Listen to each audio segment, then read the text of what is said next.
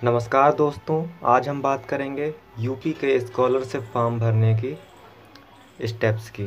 तो दोस्तों, यूपी का जो स्कॉलरशिप फॉर्म होता है वो दो स्टेप में भरा जाता है। पहला स्टेप है रजिस्ट्रेशन और दूसरा स्टेप है उसको फिल करना। तो फ़िलहाल अभी रजिस्ट्रेशन ही ओपन हुआ है वेबसाइट पर, तो मैं आपको आज रजिस्ट्रेशन करना बताता हूँ। तो सबसे पहले आप अपने फ़ोन के या डेस्कटॉप के ब्राउज़र पे जाएंगे, वहाँ पर सर्च करेंगे यूपी स्कॉलरशिप। इतना सर्च करने के बाद आपके सामने ये पहली वेबसाइट ओपन हो जाएगी। इस पर क्लिक करेंगे। क्लिक करने के बाद अगर आप मोबाइल पर ओपन किए हुए हैं तो आपके सामने इस तरह का पेज आएगा, और यदि आप अपने कंप्यूटर पर ओपन करोगे तो आपके सामने कुछ इस तरह का पेज आएगा।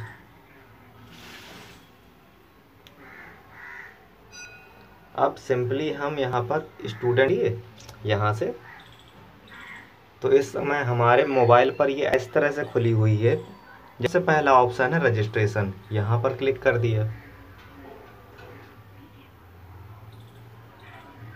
इसमें क्लिक करने के बाद अब आपको अपने जाति वर्ग के हिसाब से सिलेक्ट करना है कि आप कहाँ से रजिस्ट्रेशन करोगे।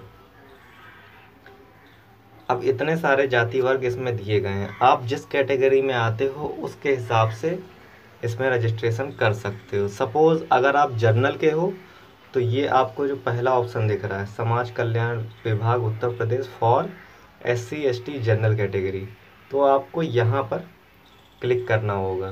ठीक, अब इसमें से अगर आप कक्षा 9-10 के छात्र हो तो आपको प्री मैट्रिक पे जाना है। यदि आप 11-12 के छात्र हो तो आपको पोस्ट मैट्रिक पे जाना है। और यदि आप 11-12 से भी आगे के छात्र हो, यानी कि BA BSc BCom या कोई भी अदर डिप्लोमा, तो आपको post matric other than intermediate इस वाले ऑप्शन पर क्लिक करना होगा रजिस्ट्रेशन करने के लिए। इसी तरह से अगर आप किसी अदर कैटेगरी के हो तो उस कैटेगरी वाइज आपको वहाँ पर क्लिक करना होगा। तो फिलहाल मैं अभी आपको जर्नल का करके दिखाता हूँ। जर्नल कैटेगरी पे गए और फिलहाल 9-10 वाले ही खुले हुए हैं फॉर्म, तो हम आएंगे 9-10 वाले में। प्री मैट्रिक पर हम क्लिक करेंगे, कक्षा 9 और 10, 9th और 10th। क्लिक करते ही अब हमारे सामने रजिस्ट्रेशन वाला फॉर्म ओपन हो जाएगा।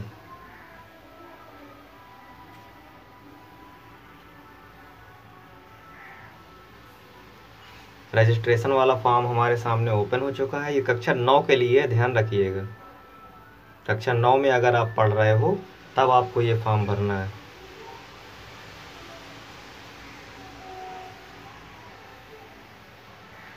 अपना डिस्ट्रिक्ट सिलेक्ट कर लेंगे, अपने कॉलेज का नाम, शिक्षण संस्थान सिलेक्ट कर लेंगे। ये सारी चीज़ें सिलेक्ट करके मैं आपको फिर सबसे लास्ट में वीडियो में मिलता हूँ।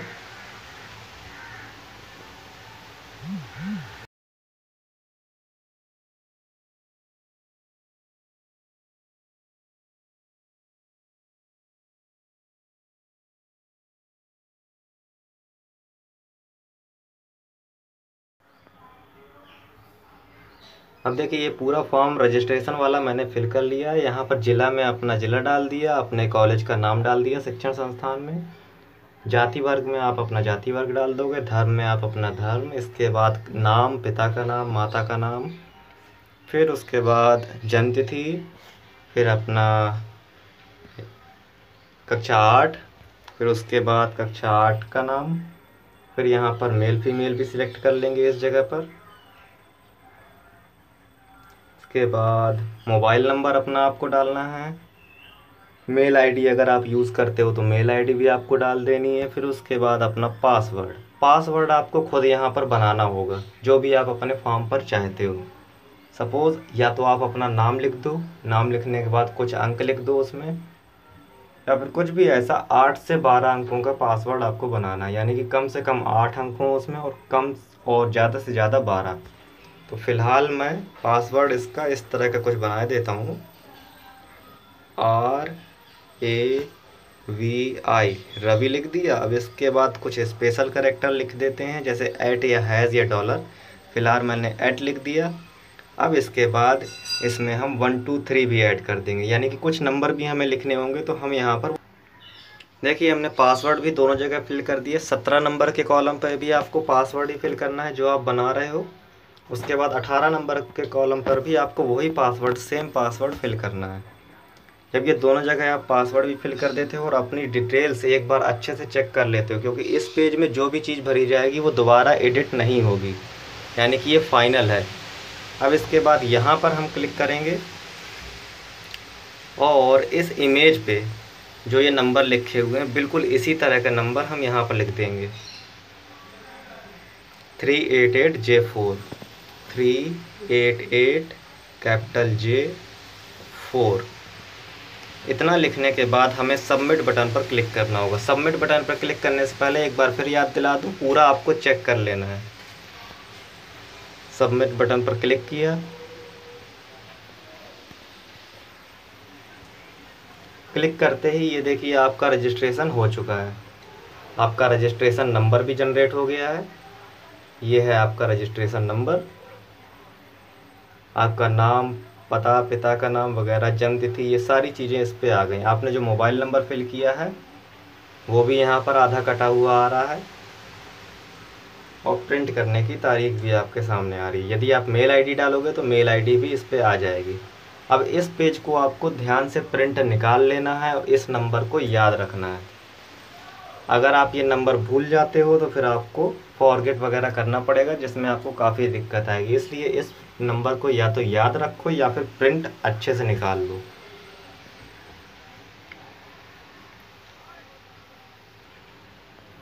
इसके बाद फॉर्म में आगे की प्रोसेस तो अभी ओपन हुई नहीं है, लेकिन मैं फिर भी उसका आपको एक आइडिया दे देता हूँ कि आप आगे की प्रोसेस कैसे करोगे। तो इतना करने के बाद आपको जाना है होम पेज पे।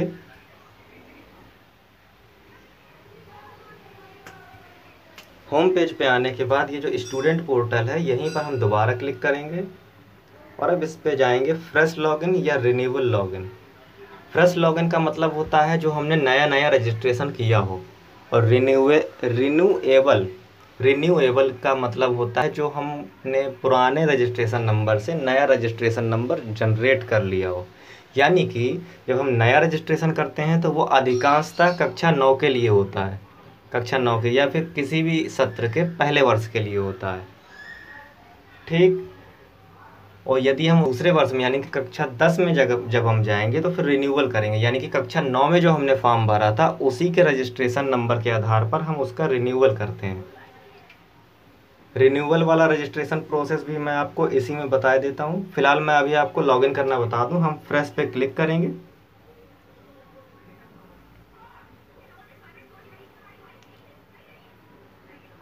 फ्रेश पे क्लिक करने के बाद प्री मैट्रिक स्टूडेंट लॉगिन पर क्लिक करेंगे। अभी ये प्रोसेस स्टार्ट नहीं हुई है, जैसे ही स्टार्ट हो जाएगी तो आपको अपना रजिस्ट्रेशन नंबर डालना पड़ेगा, डेट ऑफ बर्थ डालनी पड़ेगी, और आपने जो पासवर्ड इंटर किया था अपने फॉर्म पे अभी जो रजिस्ट्रेशन कर रहे थे वो पासवर्ड इंटर करने के बाद आपका फॉर्म ओपन हो जाएगा। फॉर्म को फिर आपको फिल करना है, उसमें फ़ोटो अपलोड करनी है और प्रिंट निकाल लेना है। फ़िलहाल मैं आपको रिन्यूअल वाला भी रजिस्ट्रेशन करके दिखा दूँ वो किस तरह से होता है। आप स्टूडेंट पे जाओगे, रजिस्ट्रेशन प्रोसेस पर क्लिक करोगे,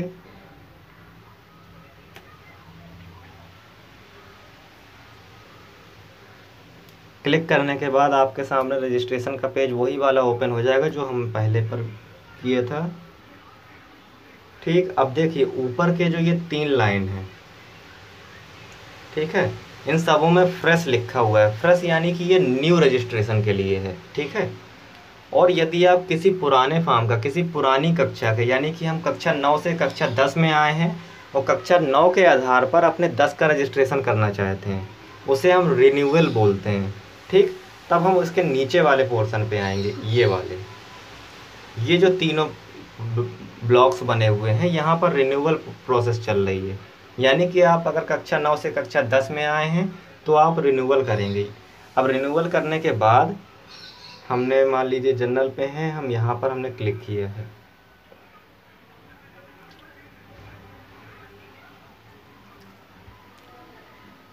क्लिक करने के बाद आपको अपना पिछले सत्र का, यानी कि कक्षा 9 में जब आपका रजिस्ट्रेशन नंबर रहा है स्कॉलरशिप का, वो वाला रजिस्ट्रेशन नंबर आपको यहाँ पर एंटर करना है। उसके बाद जन्म तिथि आपको एंटर करनी है इस जगह पर। जन्म तिथि एंटर करने के बाद कैप्चा कोड, वो कैप्चा नहीं, मोबाइल नंबर आपको इस बॉक्स पे एंटर करना है, ठीक, जो भी आपका करंट मोबाइल नंबर हो। अब इसके बाद यहाँ पर आपको कैप्चा फिल करना है। कैप्चा मतलब ये जो इमेज बनी हुई है, ये इमेज में जो नंबर लिखे हैं यही आपको यहाँ पर कर लेना है। अब इसके बाद सबमिट करना है। सबमिट करने के बाद आपका नया रजिस्ट्रेशन नंबर और नया पासवर्ड ऑटोमेटिकली जनरेट होके आपके सामने आ जाएगा। उसका भी आपको प्रिंट निकाल लेना है और उसके आगे की प्रोसेस बिल्कुल उसी तरह करनी है जिस तरह अभी मैंने लॉगिन करने वाले पेज में बताया था। लेकिन फ़िलहाल वो आगे की प्रोसेस ओपन नहीं हुई है, तो वो अभी मैं नहीं बता सकता। दोस्तों, पूरा वीडियो आपको पसंद आया हो तो हमारे चैनल को सब्सक्राइब ज़रूर करिएगा। ऐसी ही वीडियो देखने के लिए धन्यवाद।